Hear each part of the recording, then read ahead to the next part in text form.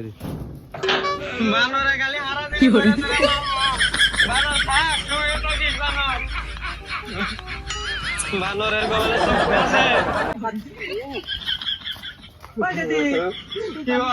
তুই আমার আজকে আগ করে বললি গা কার কাছে দিয়া সবিয়া গো বাবা বানর দইরা দইরা মারে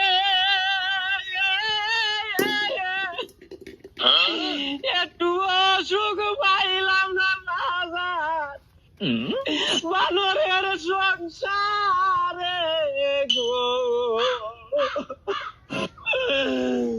বাবা কার কাছে বিয়া দিছ আজ্ঞা মা সংসারে দুইজন একখানে থাকলে পরে টুল বলো বই যাও গা আজকা যাও গা আজ্ঞা মা তো যাই হোক আপনারা কেউ ছেলে বা মেয়ে দুজনেরই প্রাপ্ত বয়স না হওয়া পর্যন্ত কেউ ছেলে মেয়ের বিয়ে দিবেন না আপনারা।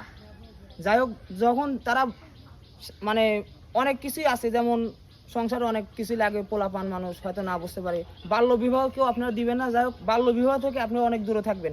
আজ দেখেন আমার মেয়েকে আমি বিয়ে দিয়েছিলাম, আজ আমার মেয়ের বিয়ে দেওয়ার কারণে আমার মেয়ে হয়তো একটু ছোট মানুষ, হয়তো তার নিজের ইচ্ছায় বিয়েটা করছে বা জোর জবরদস্তি হওয়ার পরে হয়তো বিয়েটা করছে, কিন্তু যাই হোক আপনারা কেউ এই বাল্য বিবাহ দিবেন না। আর এই বিবাহ থেকে মেয়েদেরকে সবসময় বুঝ দিবেন একটাই যে শোনেক মা, এখন বর্তমান যেসব হচ্ছে তোরা বাল্য বিবাহ কেউ করতে চাস না, আর তোরা চাইলেও আমরা দেবো না, দিতে পারতেছি না, কারণ উপর থেকে আইনের শীত আছে। আমরা বর্তমান আইন যদি মানা যায় তাহলে তোদের মতন বাল্য বিবাহ আমরা দিতে পারবো না। তা যাই হোক দর্শক, আপনাদের জন্য একটা কথাই বলতে চাই, আপনারা কেউ আমার মতন এরকম বাল্য বিবাহ কেউ দিবেন না।